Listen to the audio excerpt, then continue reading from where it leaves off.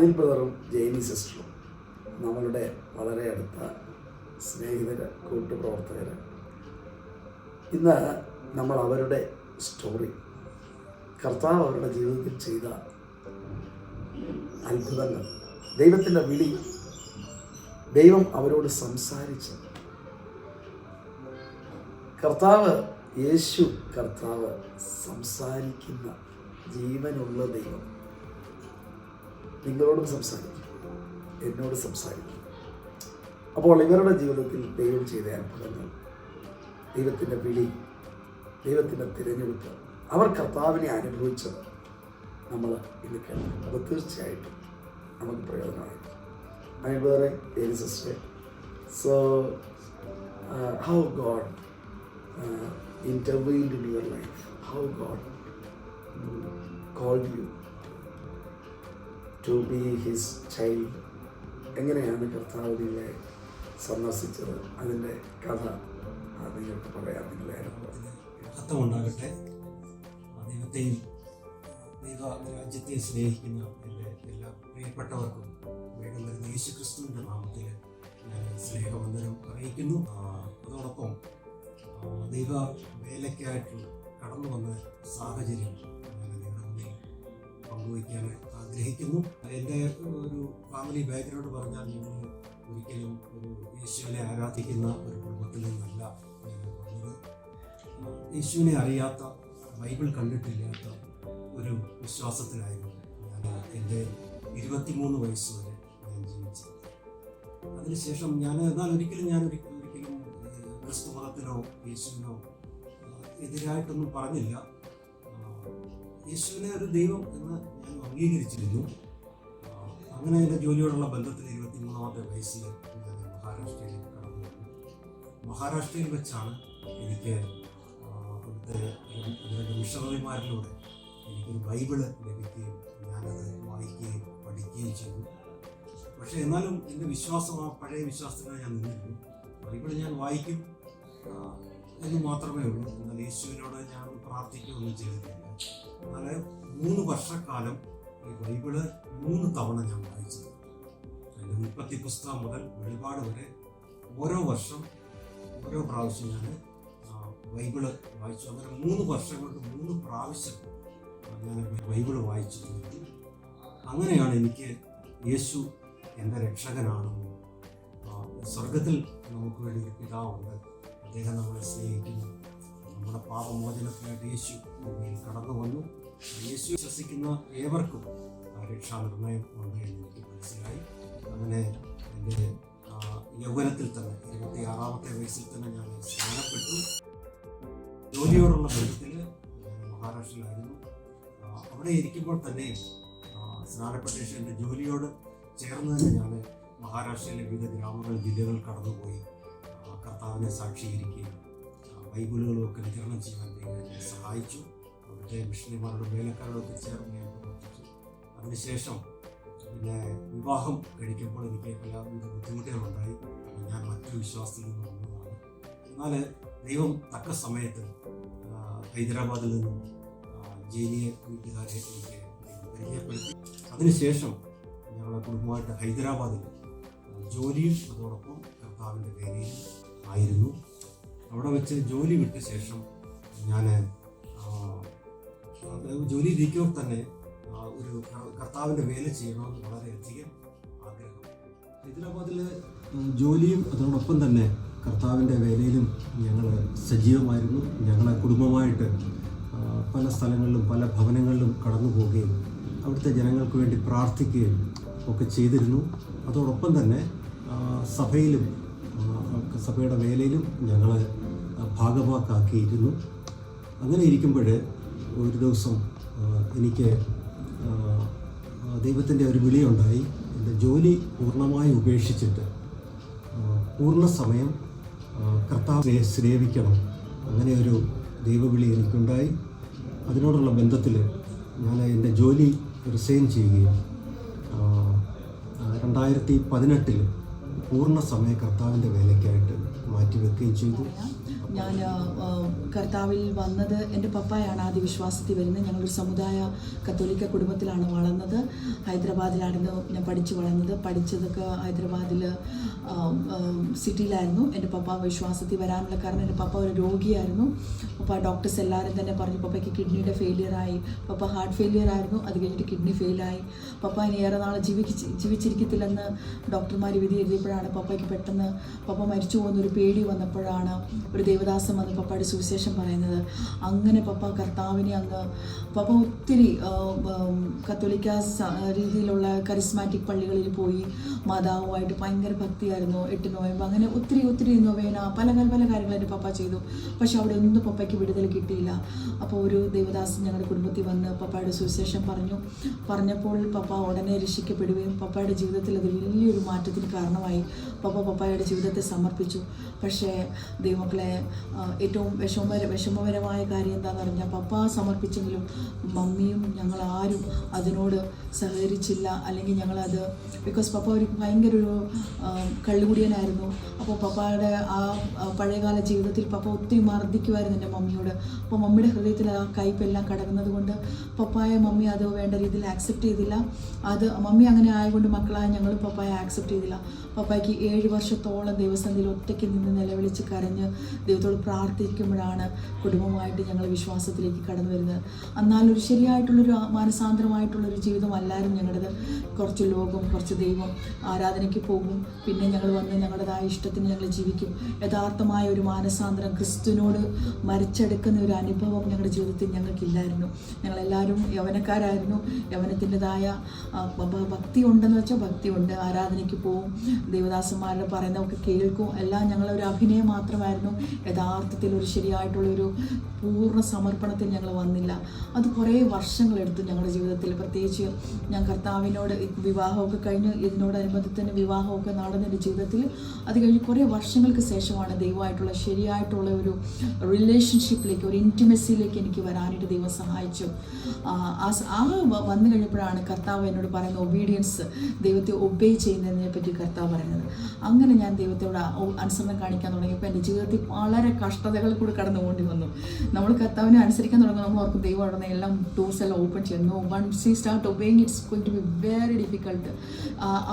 ആ കഷ്ടത്തിൻ്റെ പരിശോധനയിൽ കൂടെ കടന്നുപോയാണ് ദൈവം ഞങ്ങളെ പണിതെടുത്തത്. ദൈവം ഹൈദരാബാദിൽ ഞങ്ങൾക്കൊരു ചെറിയ സഭ തന്നു. അസംബ്ലീസ് ഓഫ് ഗോഡിനോടുള്ള ബന്ധത്തിൽ ഞങ്ങളുടെ മാതൃസഭയുടെ ഒരു ബ്രാഞ്ച് ചർച്ചിൻ്റെ പാസ്റ്റർ എന്നുള്ള പദവി ഏറ്റെടുക്കുവാൻ ഞങ്ങളെ കുടുംബമായിട്ട് ദൈവം ഞങ്ങളെ സഹായിച്ചു. അങ്ങനെ അവിടെ തെലുങ്ക് ആരാധന ആയിരുന്നു സഭയിൽ നടന്നിരുന്നത്. എന്നാൽ അതിനോട് കൂടെ തന്നെ അതിനകത്തേക്ക് ഹിന്ദിക്കാരായ കുടുംബങ്ങളും ഞങ്ങളുടെ കൂടെ കടന്നുപോയി. അപ്പോൾ ഇത് ഹിന്ദി ഭാഷക്കാർക്ക് തെലുങ്ക് മനസ്സിലാവത്തില്ല. അപ്പോൾ ഈ 2 ലാംഗ്വേജ് ഒരുമിച്ച് കൊണ്ടുപോകാൻ ട്രാൻസ്ലേഷനിലൂടെയൊക്കെ ഞങ്ങൾ നടത്തി. അപ്പോഴേ അങ്ങനെ നിന്നപ്പോൾ ഞങ്ങൾക്ക് ഒരു മനസ്സിൽ ദൈവം തോന്നിച്ചു, ഈ സഭ 2 ആക്കണം. ഹിന്ദി സഭ പ്രത്യേകവും സൗത്ത് ഇന്ത്യൻ ഭാഷ സംസാരിക്കുന്നവരുടെ സഭ പ്രത്യേകവുമാക്കണം എന്ന് ഒരു ആഗ്രഹം മനസ്സിലുണ്ടായി.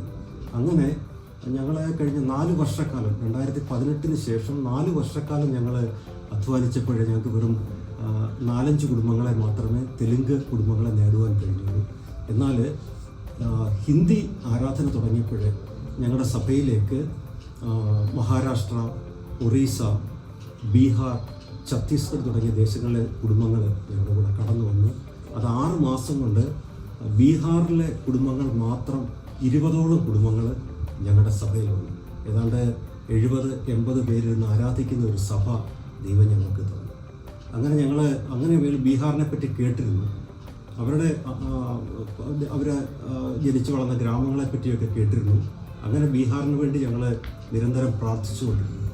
അപ്പോൾ 2022 കൊറോണ ലോക്ക്ഡൗൺ സമയത്ത് ദൈവം എനിക്കൊരു ദർശനം തന്നു.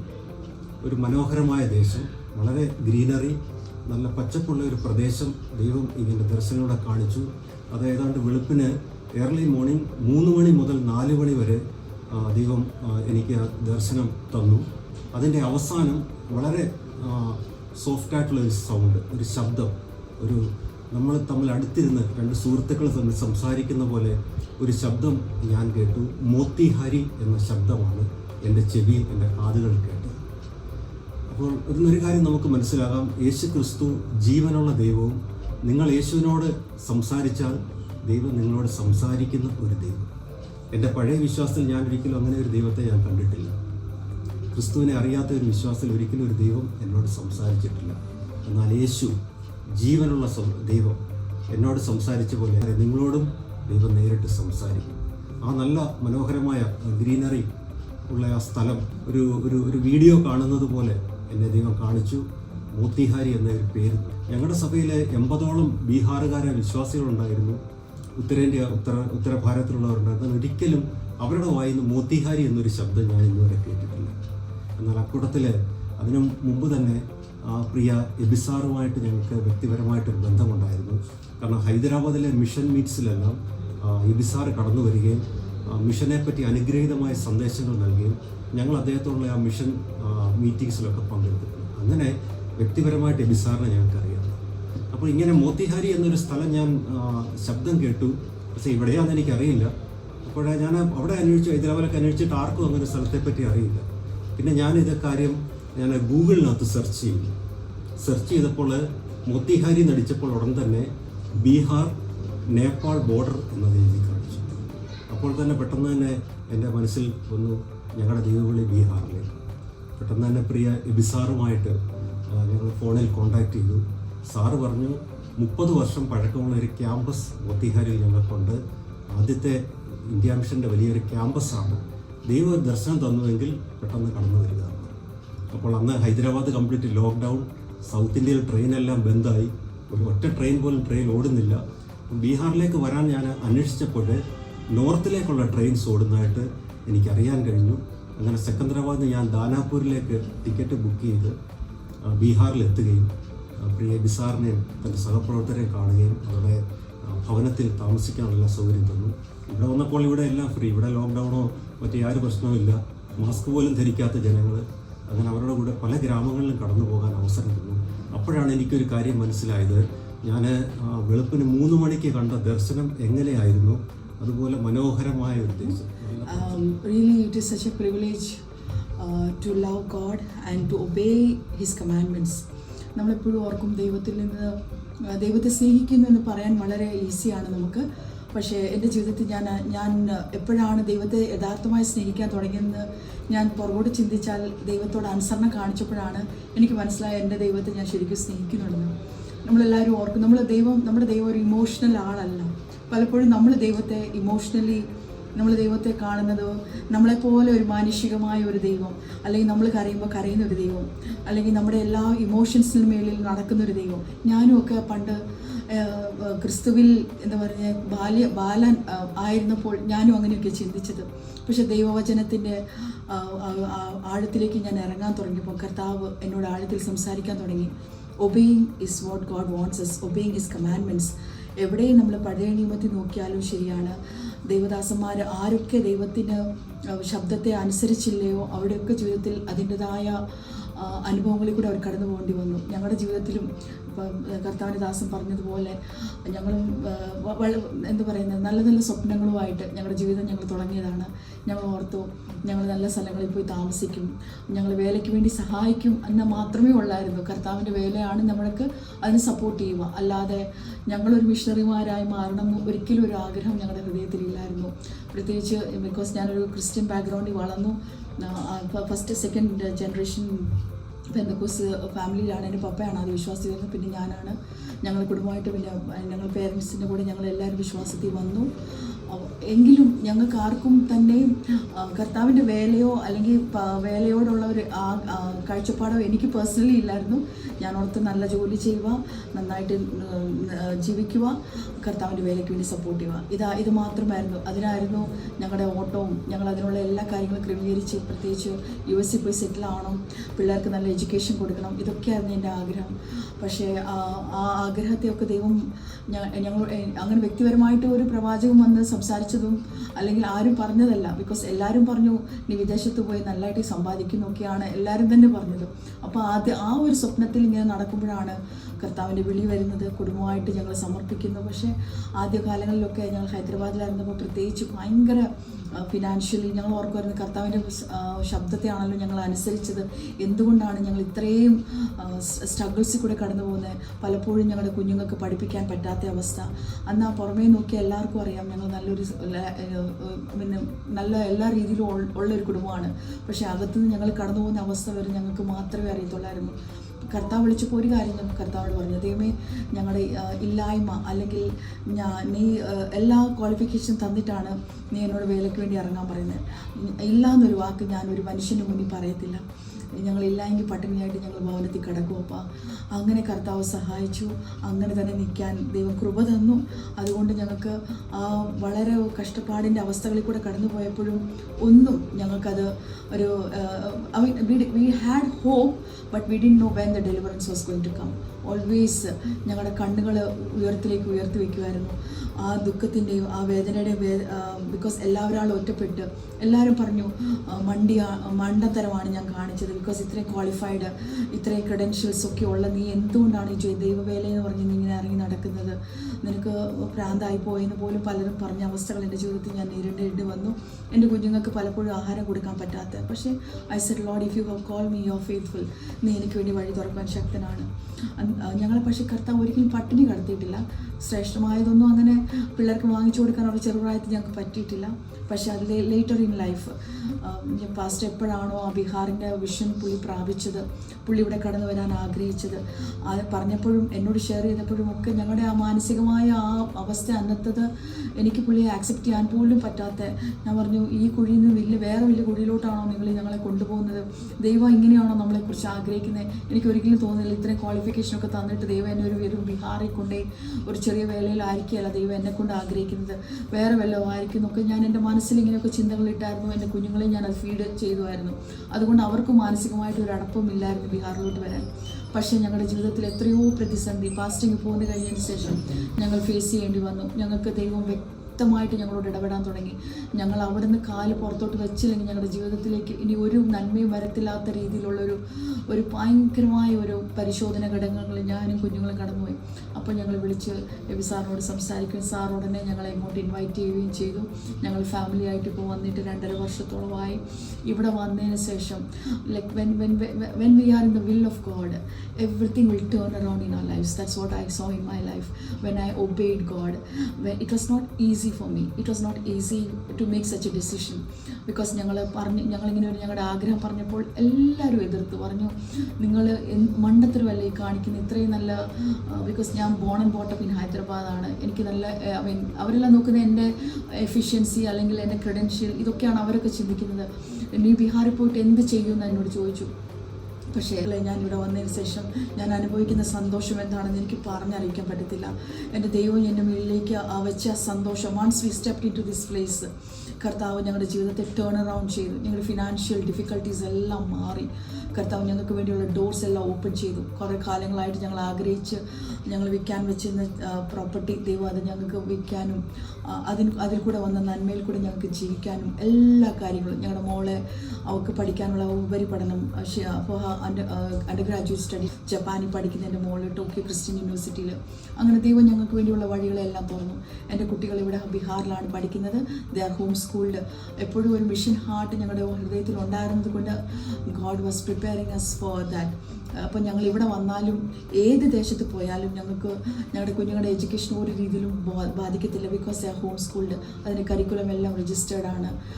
ഞാൻ ലൈറ്റ് ഹൗസ് ക്രിസ്ത്യൻ അക്കാഡമി ചെന്നൈയിലാണ് എൻ്റെ കുഞ്ഞുങ്ങൾ ഗ്രാജുവേറ്റ്സ് പഠിക്കുന്നത്. അവിടെ നിന്നാണ് പുസ്തകങ്ങളൊക്കെ വരുന്നത്. അവരെ പഠിപ്പിക്കാനുള്ള സൂപ്പർവൈസർ ട്രെയിനിങ് ഒക്കെ ഞാൻ എടുത്തിട്ടുണ്ട്. കർത്താവിൻ്റെ കൃപയാൽ ബീഹാറിൽ ഇരുന്ന് അവരെ പഠിപ്പിക്കാനും അവരെ ക്രിസ്തുവിൽ തികഞ്ഞവരാക്കുവാനും അതാണ് ഞങ്ങൾ ഈ ലൈറ്റ് ഹൗസ് ക്രിസ്ത്യൻ അക്കാഡമി തിരഞ്ഞെടുത്തത്. What is the difference between A secular school or A conventional school, home schooled? ഈ സ്കൂള് ഒരു ക്രിസ്ത്യൻ എത്തിക്സിൽ ആണ് പിള്ളേരെ പഠിപ്പിക്കുന്നത്. What is the difference between the Darwin theory and how biblically how it is connected. അങ്ങനെ പല കാര്യങ്ങളും research ചെയ്തിട്ട് ഒരു കരിക്കുലം ഉണ്ടാക്കിയ ഒരു സ്കൂളിൽ കൂടെയാണ് എൻ്റെ കുഞ്ഞുങ്ങളെ ഞാൻ പഠിപ്പിച്ചത്. എൻ്റെ മൂത്ത മോളും അതിൽ ഗ്രാജുവേറ്റ് ആണ്. അതിൽ കൂടെ അവൾ കിട്ടിയ സർട്ടിഫിക്കറ്റ് കൊണ്ടാണ് അവൾക്ക് ടോക്കിയോയിൽ ക്രിസ്ത്യൻ യൂണിവേഴ്സിറ്റിയിലൊക്കെ പഠിക്കാനുള്ള ചാൻസ് ദൈവം കൊടുത്തത്. ഇത് ഞങ്ങളുടെ മക്കളാണ്. എൻ്റെ മൂത്ത മോള് ടോക്കിയോയിൽ ക്രിസ്ത്യൻ യൂണിവേഴ്സിറ്റിയിൽ അവൾ പഠിക്കുവാണ്. This is my second child, she Sarah, and this is our youngest son. His name is Enoch. Yeah. Nice to meet you all. My name is Sarah, and I am the second daughter of Pastor Anil and his wife Jenny, and I am now currently studying in 10th here in Bihar, and the curriculum I am studying in is a homeschooling curriculum in which I am able to learn many things and also have a deep-rooted study in God's Word as well. And with that, I would say coming here in Bihar as my parents and together as a family, I think it was truly a blessing in our lives. And it was not something that we had expected or something we had hoped for either. It was something that God had brought into our lives to bring forth His glory, and surely I can say that now we're able to see what His plans and purposes are for our lives and why He brought us here. And by God's grace, I would like to continue whatever plans that He has for us here, and that He'll give us the grace in order to do so. Thank you. Hi everyone, my name is Enoch. I'm currently about to be 13 years old. I was born in Hyderabad and I was brought up in Hyderabad, and I am coming here to Bihar as a missionary as God called my family. I would like to thank God for being able to be here. God gave us the time to tell share my point of view. But first when we came to Bihar, not many of our relatives or all the aunts and uncles we knew supported us. Many people called Papa Pastor Anil crazy because we were digging ourselves into a ditch. But we knew that when God brings it land, we must be faithful to it and we must obey it. And after God brought us here, we were able to see that Papa used to call this place Switzerland, because even though many missionaries before us told that Bihar is an awful place, it is unsafe. Many people said that there's no electricity, no supplies of water. But when we came, God changed in such a way that we were able to enjoy Bihar more than we did in other cities. When we used to go to vacations, after coming to Bihar, we always wanted to go back home, saying, I want to go back home to Bihar. Motiari is my home. But wherever we go, wherever God is there, that is our home. അപ്പോൾ അങ്ങനെ എല്ലാ രീതിയിലും in every aspect ഞങ്ങളുടെ physical, mental, emotional, spiritual, financial, in every areas we just released our life into the hands of God. കുഞ്ഞുങ്ങളുടെ future ഞങ്ങൾക്കൊരു focus അല്ലായിരുന്നു. Everyone said what will happen to your children, what will happen to your future, what will happen. God was just telling us no, don't worry, I am in control. ഈജിപ്തിന് മിസ്രൈമിൽ നിന്ന് Israel ജനത്തെ വെളിയിൽ കൊണ്ടുവന്ന ദൈവം ഒരിക്കലും ആ കുട്ടികളെ തിരിച്ച് ഈജിപ്റ്റ് വിട്ടിട്ടില്ല, അവരെ പഠിപ്പിക്കുവാൻ. അതാണ് ദൈവം എന്നോട് സംസാരിച്ചത്. അവർ ആ മരുഭൂമിയിലിരുന്നാണ് അവർ പഠിച്ചത്. That the same way when God calls us, he calls us in every aspect. നമ്മുടെ മക്കൾക്കുള്ളത് കരുതും, നമ്മുടെ മക്കൾക്ക് വേണ്ടിയുള്ള പഠിത്തം ദൈവം ഒരുക്കും. നമ്മൾ ആഗ്രഹിക്കാത്തത് കൊണ്ടാണ് ദൈവമക്കളെ നമ്മളതെല്ലാം പ്രാപിക്കാത്തത്. എൻ്റെ ദൈവകൃപയാൽ ഞാൻ ആഗ്രഹിച്ചതെല്ലാം എൻ്റെ ദൈവം തന്നു. ഇവിടെ വന്നു കഴിഞ്ഞതിന് ശേഷം ഞാൻ അനുഭവിക്കുന്ന സ്വർഗീയ സന്തോഷം, ഇവിടുത്തെ ജനങ്ങളെ ട്രെയിൻ ചെയ്യുവാൻ, ഇവിടെ മുസ്കാൻ എന്ന് പറഞ്ഞൊരു പ്രോജക്റ്റ് ഉണ്ട്. ലൈക്ക് കുട്ടികളുടെ ഇടയിൽ പോയി, ഇവിടെ ഒത്തിരി സാക്ഷരതയില്ലാത്തൊരു സ്ഥലമാണ് Bihar. Children are not taught. പേരൻസിന് അറിയത്തില്ല ഇമ്പോർട്ടൻസ്, പ്രോപ്പറായിട്ടുള്ള കൾച്ചർ ഇല്ല, പ്രോപ്പറായിട്ടുള്ള ഒരു എന്താ പറയുന്നത് സാനിറ്റേഷൻ, അങ്ങനെ ഹെൽത്ത് എഡ്യൂക്കേഷൻ, അങ്ങനെ ഡിഫറെൻറ്റ് ഏരിയാസിൽ കർത്താവ് എന്നെ ഉപയോഗിച്ചുകൊണ്ടിരിക്കുന്നു. മെഡിക്കൽ ക്യാമ്പിൽ എനിക്ക് പോയി അവർക്ക് ഹെൽത്ത് എഡ്യൂക്കേഷൻ കൊടുക്കുവാൻ, അവരെ ഒന്നുകൂടെ എക്യുപ്പ് ചെയ്യുവാൻ, അവരെ സൊസൈറ്റിനെ അവരെ ഒന്ന് അപ്ലിഫ്റ്റ് ചെയ്യാൻ, ഡൗൺ റോഡനായിട്ടുള്ള ആൾക്കാരോട് പോയി കർത്താവിൻ്റെ സ്നേഹത്തെപ്പറ്റി പറയുവാൻ, അവരെ പഠിപ്പിക്കുവാൻ, ടീച്ചേഴ്സിനെ എൻകറേജ് ചെയ്യുവാൻ, അങ്ങനെ ഡിഫറെൻ്റ് ആയിട്ട്. ഞാൻ ഓർത്ത് എനിക്ക് എന്താണ് അവിടെ ചെന്നിട്ട് ചെയ്യാനുള്ളത്. പക്ഷേ once I came here I can see that God is using me marvelously in different aspects. Whatever he was investing into me, I see that he's using that for his kingdom.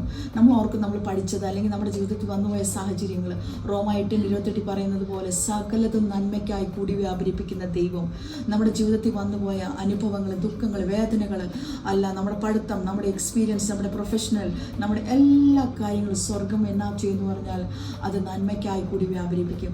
ഇന്ന് എൻ്റെ ജീവിതത്തിൽ ഞാൻ അനുഭവിക്കുന്ന സ്വർഗീയ സന്തോഷം, ഞാൻ അനുഭവിക്കുന്നതായ ദൈവിക സാന്നിധ്യം എനിക്ക് പറഞ്ഞറിയിക്കാൻ അറിയത്തില്ല.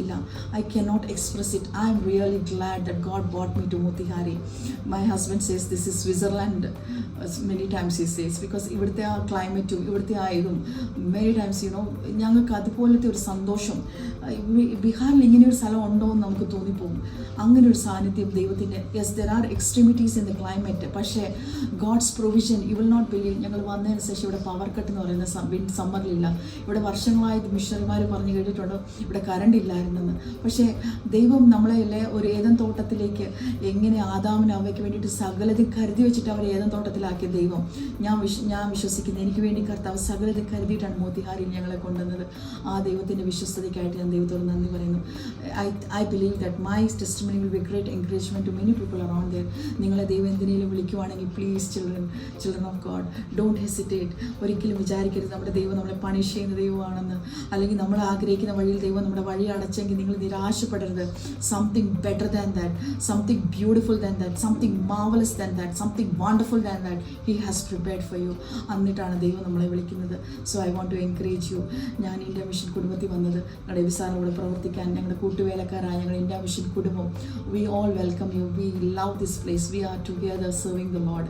കർത്താവ് നമുക്ക് പ്രോമിസ് ചെയ്ത് ഒരു ബേദാരി ഉണ്ട്, ഒരു റിവൈവൽ ഉണ്ട്. അത് ഈ ദിവസങ്ങളിൽ നടക്കും. ദൈവമക്കളായ നിങ്ങൾ അതിൽ ഭാഗവാക്കാവുവാൻ നിങ്ങളെ സമർപ്പിക്കുക. കർത്താവ് നിങ്ങളെ അനുഗ്രഹിക്കട്ടെ.